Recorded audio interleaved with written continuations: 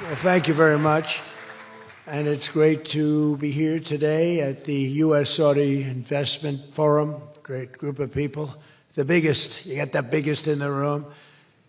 But some of the most talented, maybe most importantly, the word talent, successful and innovative business leaders anywhere on the planet. Whether you have come from near or far, we're delighted to have you invest right here in the hottest country anywhere in the world. Every leader is saying the United States we're the hottest country in the world. We're going to keep it that way too.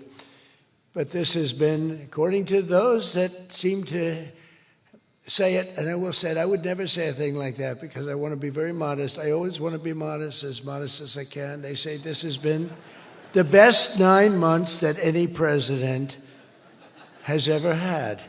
I'd say that's pretty good, right? But we've had a great 9 months. Now we have to do it more than a few more times. We just have to keep it going. We'll keep it going. I want to thank my friend, a great gentleman, Crown Prince Mohammed of Saudi Arabia, for his bold leadership and deep commitment to the ties between our two countries. Thank you. Thank you. Great gentleman. Yesterday, we had a phenomenal visit at the White House celebrating the 80-year bond between the United States and Saudi Arabia. We ended with an unbelievable show last night in a room that was far too small, but the next time you're here, you'll have a much bigger room. It's going to be much bigger.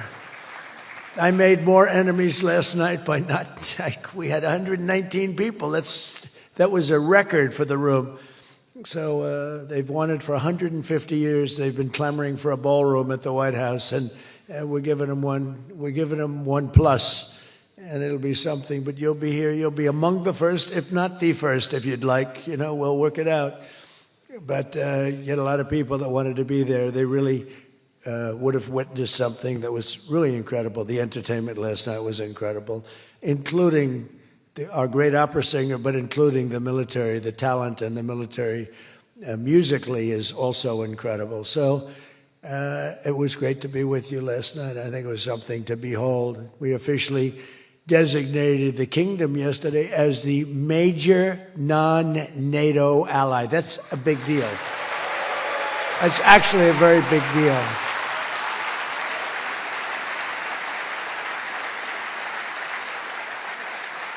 Great honor.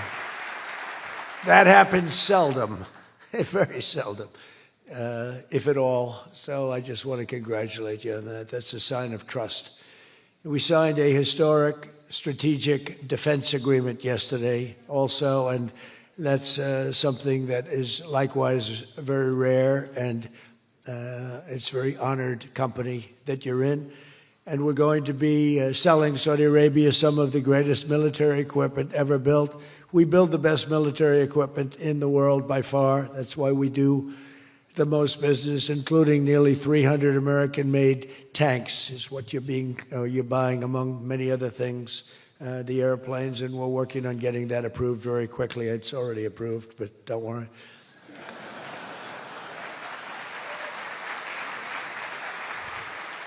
We have to go through a process. The process will take, Elon knows, the process will take about, would you say 24 hours? I think so. You're in good shape, very good shape. The partnership between our two nations is among the most consequential in the entire world, and together the Crown Prince and I are making an alliance stronger and more powerful than it's ever been before. We've had good relationships and, frankly, not good. You didn't have a good relationship with Barack Hussein Obama. You didn't have a good relationship with Sleepy Joe Biden. But you had a great relationship with me, and now it's as good as it was, and probably even better if you think about it, because we took the dark cloud away from your country. It was called Iran and its nuclear capability, and we obliterated that very quickly and strongly and powerfully. But that was a real cloud over the whole Middle East, and now they want to make a deal. They want to make a deal. They want to see if they can work out a deal with us, and we'll be doing that probably. But that was a terrible cloud that you had to live with for a long time. 22 years they were thinking about doing that. The B-2s. That was even before the B-2s. Those B-2s, what machines they were, they flew in, they were undetectable, and they dropped their payload, and every single bomb hit its exact mark, which was a shaft going deep into the mountain. And every single one of them hit, and it was total obliteration. And then I was criticized by some of the fake news for saying the word obliteration was too strong, perhaps. They had no idea. Nobody saw it. 3 days later, when the Atomic Energy Commission went, they said it was total obliteration, beyond obliteration, they said.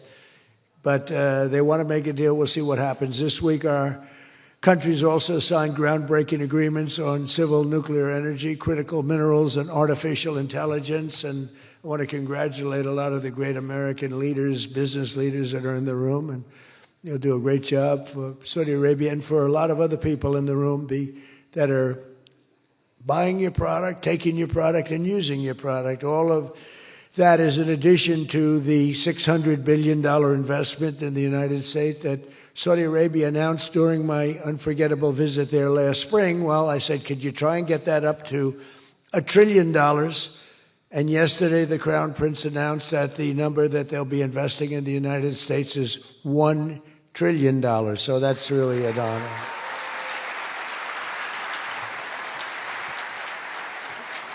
And we just took a picture backstage with some of the great business leaders and some of the great people, friends of mine from your country, and beautiful picture. And while we were taking the picture, I said, could you make it 1.5 trillion? So he's got something to think about. I don't know. We'll get something. I think we'll get something, Scott, right? But many of you in the room are playing a key role in making these projects happen, and we're told that $270 billion in agreements and sales are being signed between dozens of companies, and that's just happening today, $270 billion. That's big stuff. So on behalf of the thousands of American workers who I care about most, I want to thank you for bringing all those jobs and all those great opportunities to America and bringing great wealth to America. We've become a very wealthy country. We have a couple of little things. We're waiting for a decision. We hope that's going to be good, but if it's not, we always find ways, we find ways, but we've done things that nobody thought were possible, and we're taking in trillions and trillions of dollars. Tariffs have been, frankly, the best thing that's ever happened to our country. They've always been used against us, and we never had people that were smart enough to use them in the opposite direction. But now you do, and we have taken in trillions of dollars, and it's been absolutely amazing. We're going to be doing a dividend to the people, low and middle income, moderate income people, of at least $2,000. In addition to that, we'll be paying down debt very substantially. It's the kind of money we're taking in. And really, countries that took advantage of us are no longer taking advantage of us. Friends, some of our friends treated us far worse than our enemies on trade anyway, and we've got that all straightened out. And everybody's happy. They respect us again. It's like one of those things. I think they like us better, and they actually respect us, and it works out much better for us, too. But I especially want to thank our numerous Saudi friends here today, including the ambassador to the United States, a friend of mine, Princess Rima. Thank you very much. Great job. Great representative you have. You sent a good representative.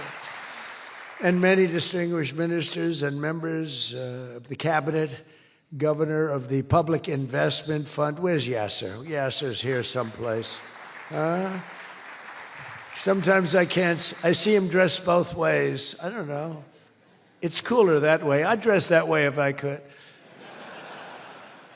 Yasser's terrific. He's a terrific man, actually. So thank you very much, Yasser. And Secretary Scott Bessent, who's been fantastic. Where's Scott? We're thinking about him for the Fed, but he wants no part of it. He likes being Secretary of the Treasury. I think we'll leave him. So let's cross your name off, right? Officially, right? Remember, you said that. I love the Fed job. To me, it's the easiest job in the world.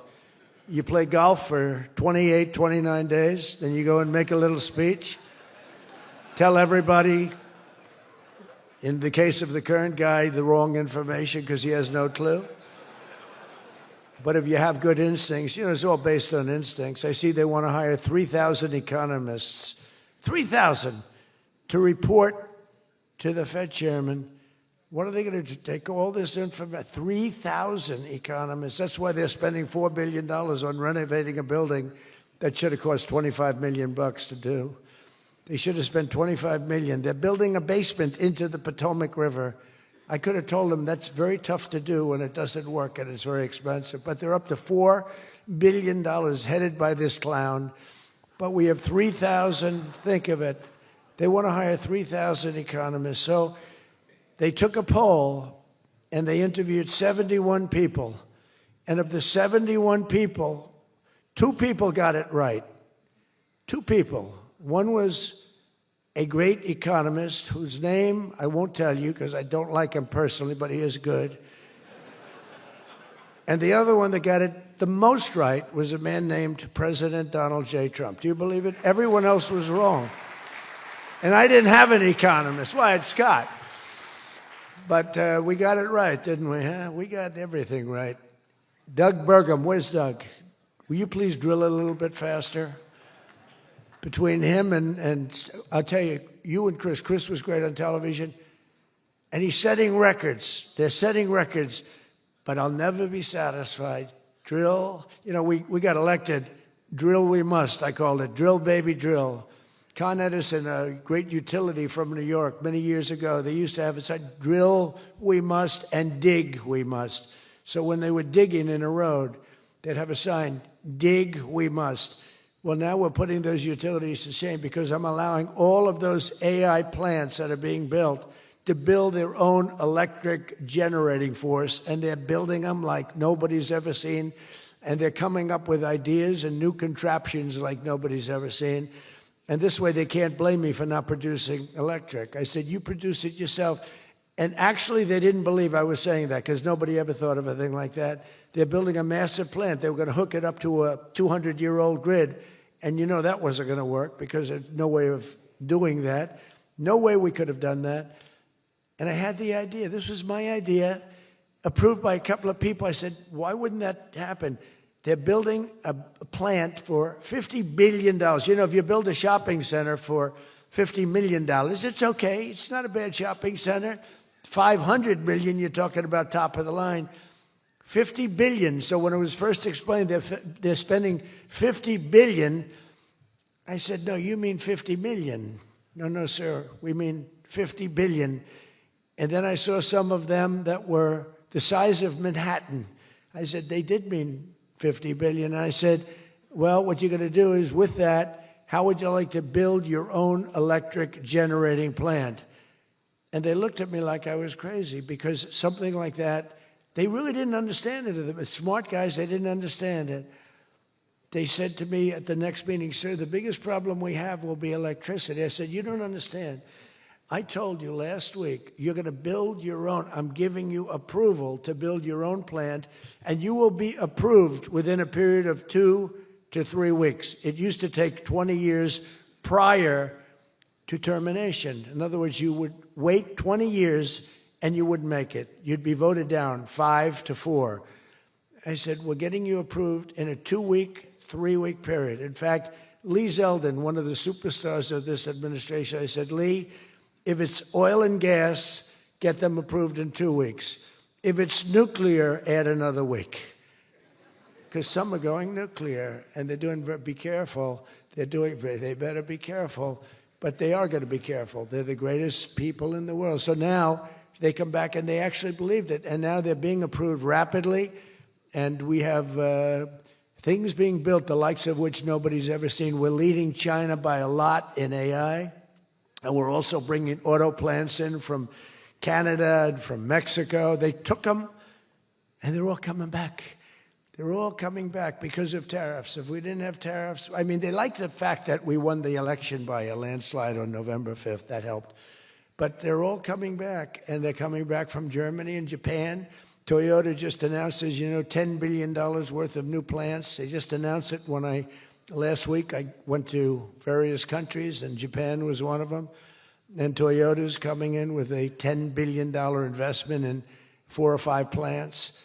Now, we're going to be more advanced than we were. So we led the car industry like 100% 50 years ago. We led the chip industry 30, 40 years ago. We had 100%. Then people came in and started taking it. I don't blame them, Taiwan, et cetera. They took 100% because we had no president that protected our industry. If we would have said, it's wonderful that you're going to Taiwan, we think it's great, but when you sell your product back into this country, there will be a 250% tariff. Nobody would have left. Nobody would have left. And Intel would have been a giant. Intel would have been, where's Jensen? Intel would have blown, well, he now owns a big chunk of Intel. He's got it figured all different ways. Where are you, Jensen? Stand up. You have done such a good job. And you had a good 2 days, I understand, right? A good 2 days. How's Blackwell doing, okay? Any recent competitors? Anybody going to blow Blackwell away in the next week? They say 10 years. I don't know, maybe 2 years, 3 years. But you will not be stopping there. You'll be going further fast, right? An amazing job you've done. I want to thank Howard Lutnick and Christy Noem for being here. Christy, Howard, good job. Really good job. My daughter Tiffany's here with her great husband, Michael. Thank you very much, Tiffany. Thank you, honey. She was a great student. She went to Georgetown. She was a great, great student, and she finished really right at the top, and we were proud of you. And she was so proud, and her graduation got canceled because of COVID. But I say if her name were something else, they probably wouldn't have canceled it. They didn't like that she did so well in school. They weren't happy about it. I say they canceled your graduation because you were a great student, and they didn't want, but other than that, I have no problems. You see, I don't take anything personally. Anyway, great job. And of course, hundreds of the top minds in technology, finance, and private enterprise from both Saudi Arabia and the United States. But my message to all of the leaders and investors with us today, and they are the best in the world, is very simple. Under the Trump administration, America is back and America is open for business. And America is actually stronger than it's ever been before, ever. We rebuilt the military in my first term. Foolishly, we gave a little bit to Afghanistan, but not very much compared to what we built. But now we're building it at levels that we've never done before. And in addition to that, we're sending a lot out to our allies, and we're making it possible for them to get it. I want those companies to build more plants, to build it faster. We want them to build it faster. The biggest problem we have is we have a backlog because it's so good. Every country wants our missiles, our jets. They want everything we have, and we got to go faster. We just have a new plane, the F-47. It won a very strong competition. It's the newest, and that was won by Boeing. Boeing is doing, by the way, Boeing is doing an amazing job of coming back. Kelly is doing a great job. They're really moving, and it's really great to see. But they won the competition for the jet fighter, and they say it reaches levels that has never been reached, both in terms of stealth and speed and everything else that they go by. So they're just completing their factory, and they've already started work on the F-47. How did that number get chosen? I don't know, but I didn't pick it. I did not pick it. It was said, sir, we'd like to present you with the F-47. I said, that's an unusual number. How did you pick that number? After 4 years of economic nightmares under the previous regime, Sleepy Joe Biden, he's a sleepy guy, wasn't he? Think he would have been here today? I don't think so. Americans have rejected the failed, and they were really failed, far left models that you were looking at of high taxes and massive spending, soaring costs, crushing regulations, and trillions of dollars in green new scams. Everything was a new scam, green, green, green. Look, I'm all for the environmental, everything. I'm all for climate change. You know, they have a new word, climate change. It used to be global warming. It's global warming. Well, that didn't work because it started coming down. They did the global cooling thing. Then they just said, we can't keep up with this. It's too much. So we'll go perfect words. Climate change. They're covered. If it rains, if it snows, if it's warm, it's climate change is destroying the world, remember? The world was supposed to have been gone 2 years ago. They gave us 12 years, Howard, to live, right? 12 years. But that was 14 years ago. The world was going to burn up, but it got actually much cooler. They know these people. It's a little conspiracy out there. We have to investigate them immediately. They probably are being investigated. Their policies punished success, rewarded failure, and produced disaster, including the worst inflation in our country's history. We had the worst inflation in history, and now we have a beautiful normal inflation. It's going to come down over the next few months a little bit more, but we have a nice normal inflation. We had the highest inflation in the history of our country. 9 months ago, our country was dead. But now America is the hottest country anywhere in the world. We're the hottest country. I don't care what country you're with. America is the hottest country considered. And we did this in a period of 9 months. We're a little longer than that, but it took me about 2 weeks to get started. We're rewarding those who build and create, invent, and invest in the USA. And you know, our tax, our big, I call it the great big beautiful bill. It's the biggest bill ever passed in the history of Congress. And Scott and I and all of us, we sat down and we said, let's do it, along with the Speaker and John Thune and everybody, said, let's do it all in one bill. And a lot of people were they said, you'll never get it approved. And we didn't have a huge majority. We had a huge presidential win. We won everything. We won all 7 swing states. We won the popular vote by millions. We won everything. But the one thing, we won one, it's called districts. The country has districts, and we won in terms of districts 2,750 to 550. And that's why when you see the map of the election, it's the whole country, it's all red, and it's pretty amazing. 2 little blue streaks on the right and on the left, and they're very little and getting smaller. But it's been, it's been pretty amazing. But in 4 long years, Joe Biden secured less than $1 trillion. In 9 short months, I've secured $18 trillion to rebuild our factories, create hundreds of thousands of jobs, and bring back those beautiful words, made in America. So think of that. He did less than $1 trillion in 4 years, and in 9 months, we've done more than $18 trillion, okay? That's called success. And we think that by the end of the first year, it'll be over $20 trillion. So, and thank you very much. You helped with that little boost you gave us, that little increase. We appreciate it so much. We appreciate you. So it's just one example. Under the deals being signed this week, workers at GE Aerospace, I think he's here. Where is he? Stand up. What a job you've done with your new engines. And where are you? You're there. It's not a very good location for you. I thought you have been amazing. Great new engine that's supposed to be more efficient, more powerful, and less costly. That's not a bad combination. But GE Aerospace will soon be delivering dozens of new airplane engines for 787 Dreamliners in Saudi Arabia's commercial fleet. Big order. It was a big order just secured. Every new job and every new factory created by these announcements builds up our middle class and really strengthens the industrial backbone of America. And, I view it differently. I used to view it as it's great, great, great. The stock goes up. I view everything as jobs now because I don't care. I care about jobs. And we have more jobs. It was just announced we have more jobs right now than we've ever had in the history of our country. Those are big numbers. It's like crazy. It's just a great stat. More jobs today than we've ever had in the history of our country. And we're going to be producing a lot more are coming.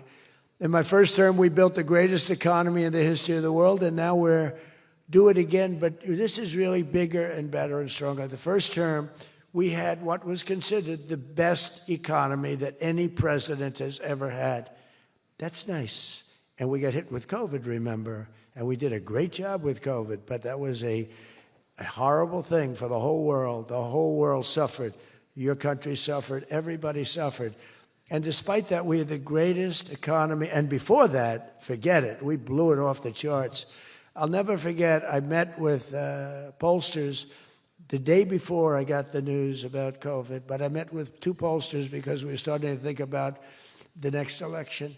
They said, sir, if George Washington and Abraham Lincoln came back from the dead and they aligned and they went for the president, vice president as a combination, you'd be beating them by 25 points. And then the next day I was told that something strange is happening. There's a lot of death being reported in a certain country. I won't tell you which one because that country is well represented here, but you know which one. And thousands and thousands of people are dying. And I said, that's strange. What would that be? And it turned out to be a disaster for the world. There's, nothing has been seen like that since 1917. I always thought that when I heard, pandemic or anything you want to call it, but I always thought that was like an ancient phenomena, that could never happen in modern times, but it did. But we did a great job with all of the things that we did with the vaccines, with so many of the drugs that we came up with, making you better. Regeneron is an example. Regeneron was fantastic. I give them great credit for what they did. But we did great, and then we started doing the gowns and the masks and the goggles and the ventilators. We were sending ventilators all over the world. We became the king of ventilators. But what a period of time that was for all of us. But despite that, we had the greatest economy in the history we had the greatest economy in the history of the world. And I'll tell you, it was an amazing time. But this looks like it's going to be blowing it away, because when these plants, which are being built now, and many are going to be started very shortly, many, but when they open, we're going to see numbers the likes of which nobody's ever seen before. And, in some cases, you're building extremely complex plants. You're building plants to make computers and to make telephones, to make a lot of different things, missiles. But you're building plants that make things that are very very detailed, and you have to have great knowledge. And you're coming here and you find, if we don't have people that did that before, we are allowing you, and I may take a little heat. I always take a little heat from my people, the people that love me and the people that I love. They happen to be toward the right of center, toward the right. Sometimes they're way right. But if you have to bring people to get those plants opened, we want you to do that, and we want those people to teach our people how to make computer chips and how to make other things. You can't come in, and I'm explaining, you can't come in, open up a massive computer chip factory for billions and billions of dollars like is being done in Arizona, and think you're going to hire people off an unemployment line to run it. They're going to have to bring thousands of people with them, and I'm going to welcome those people. Now, I love my conservative friends. I love MAGA, but this is MAGA. And those people are going to teach our people how to make computer chips, and in a short period of time, our people are going to be doing great, and those people can go home where they probably always want to be. When people are born someplace, they tend to want to go, and we have the greatest country in the world, but they want to go. But they're going to do. We had one case in Georgia where a battery factory, batteries are very dangerous to make. They're complex, much more complex than people understand. And they spent $1 billion to build a factory, and they were told to get out. And I said, stop it. Don't be stupid. And we worked it out. And now they're teaching our people how to do it. But they're going to have to spend, Jensen, I don't think you can open up a big plant with your friend from Taiwan where we're going to have 40 or 50% of the computer chip business I don't think you can do that with people that don't even know what a chip looks like. Do you agree with that? So somehow, the people that are against this are really, really smart. They're unbelievable patriots, but they just don't understand. Our people have to be taught. This is something they've never done. And we're not going to be successful if we don't allow people that invest billions of dollars in plant and equipment to bring a lot of their people from their country to get that plant open, operating, and working. I'm sorry. So my poll numbers just went down, but with smart people, they've gone way up. They've gone way up. And I mean that. So for those of you that are doing the plants, you're going to have all the help you need, and you're going to do a great job. And you're going to teach our people how to do it, and our people are going to be just as good as your people ever were in not such a long period of time. Since the election, the stock market has set, and this is a little more than 9 months, 46 all-time record highs. And the growth is now amazing, and it's lifting up the Americans and American economy like nobody's ever seen before. It's the biggest. There's never been a period of time like this. Wages for hourly workers are rising at the fastest pace in 60 years, and real wages for construction workers are up $2,200 a year, and that's good, and that's spending. They're going to spend. They're going to buy many of the things that you're making. In 9 months, we've lifted over 600,000 Americans off food stamps, and that's happening rapidly. You know, when we had the problem 2 weeks ago on the SNAP, and they talked about all of this, the numbers. So when I left, which was a rigged election, by the way, but that's okay. You know, they used to go crazy. I'd say rigged election. Oh, nobody complains anymore because now they realize it was, and it's been proven, and it continues to be proven. But when I left, that number was $7 billion. Now it's $47 billion. That's Biden. So if you think about it, if Kamala, who's the same basic thing, grossly incompetent, he was incompetent. They're all incompetent because their policies are incompetent. Open borders, men playing in women's sports, transgender for everybody. I mean, they got the worst policy. I don't talk about it too much because if I talk about it, they might change. So, no, I don't talk about it. I tell people, don't talk about it. Wait till 2 weeks before the election and hit the hell out of them. Right? We talked about that, right, Elon? He said, we wait 2 weeks before. It's almost like you're at a war. Don't shoot yet. Don't shoot. Hold your fire. The enemy's rushing. Hold your fire. Don't shoot. Okay, now you can go. 2 weeks before. But I watched a guy the other day, a congressman, fighting for men playing in women's sports. And the new weightlifting record for a certain weight was just set. The man was 119 pounds higher than a woman champion who was a phenomenal champion. Beat her by 119, and he was an average lifter prior to transitioning. A lot of the Saudis are sitting here saying, what the hell is he talking about, transition? They don't do a lot of transitioning. They're sitting here, the Saudis are saying, what is he talking about? They're saying, what do you mean women are playing against men? No, that doesn't happen, does it? Yeah, it does. These people are crazy. 1.9 million more American-born workers are employed today. Think of that, than when I took office. So we picked up almost 2 million workers, and more Americans are now working, as I said, than at any time in the history of our country. Under Biden, 1 out of every 4 new jobs went to increase the size of the federal government. So in other words, 1 out of 4 was a federal worker. Well, I love our federal workers, but that's not the way you can build a country. It's a short road to a disaster. Under my administration, 100%, think of that, of all new jobs created came out of the private sector. In fact, the federal government, we cut thousands and hundreds of thousands of jobs out of the federal government. Now, if I wanted to do something for purely political reasons, I'd say, Susie, let's hire a couple of million federal workers. And you know what happened? Unemployment is unbelievable. We don't do that. They did that. They used to hire workers in order to fudge up the numbers. The federal workers. By the way, Susie Wiles, most powerful woman anywhere in the world by the biggest, most important magazine. Susie Wiles, she had her father, Pat Summerall, the great announcer, football. He was a great football player, became an even greater, the voice of the NFL, and he was supposed to be a tough cookie, and I believe it 100%. Most powerful woman in the world. She can take out a country, take out a country with 1 phone call. That's power. I don't know if I could do that, but she could.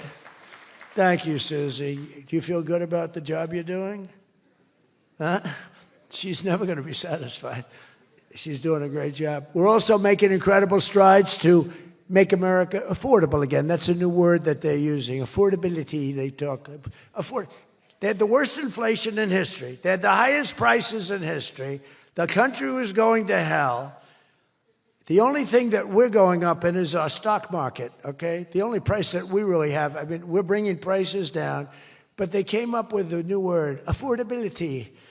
And they look at we were all about affordability, and everyone assumes that that meant that, no, their prices were high. If you look at the numbers, since I took office, core inflation is now below 2.7%. It was at numbers that nobody had ever seen before with them. Walmart just announced that the cost of their standard Thanksgiving meal is reduced by 25% this year from last year. So they make, look, the Democrats, I don't know, some of you are probably liberal Democrats. I don't know about in your country. I don't know if you know that word, liberal. The word liberal doesn't exist. But they have a new word now. You can't use liberal. You have to use the word progressive. And I don't like using it. It's a beautiful word, progressive. Progressive, that's not them. They're regressive. No, they're regressive. Think of it. So if I don't get in, we have $20 trillion. Let's say she gets in. Instead of $20 trillion, you'd lose $10 trillion, and your welfare and other benefits would go up by 30%. Look at Snap. Look at what happened there. From 7 million to 47.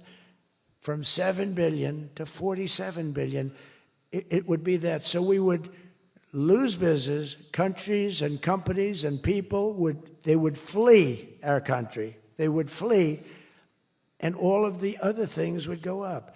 In other words, would end up with a shell of a country, and I'm being nice when I use the word shell. This country would have been in big trouble, and I don't want to get him in trouble. But that gentleman right there, the most respected man in the room, that's today because we're here. Most respected man, I have to say that. Don't worry, when I'm with other countries and the leaders sitting there, I say the same about them. Don't worry. Don't get carried away. No, the most respected, one of the great leaders, he told me when I was in his country, he said, and I use it all the time. Sometimes I refer to him because I have great respect for him. I figure it sells better. But he said exactly these words. He said, it's amazing what you've done. 1 year ago, your country was dead, and now you've got the hottest country in the world. You were the first one that said that. And I've used your name hundreds of times. I use your name, I say, that king of Saudi Arabia said. But anyway, but it's true.